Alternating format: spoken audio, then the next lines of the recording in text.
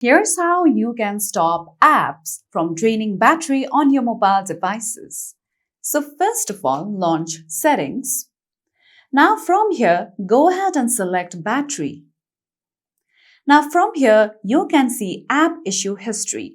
You can simply tap on Put App in Deep Sleep option. Then you can easily put that specific app on deep sleep.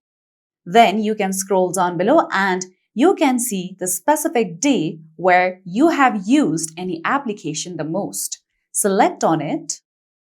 Now over here you can see background usage limits. You can simply turn on this option and put that app to sleep.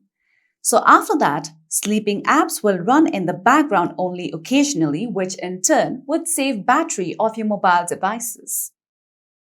So that's all for today and thanks for watching.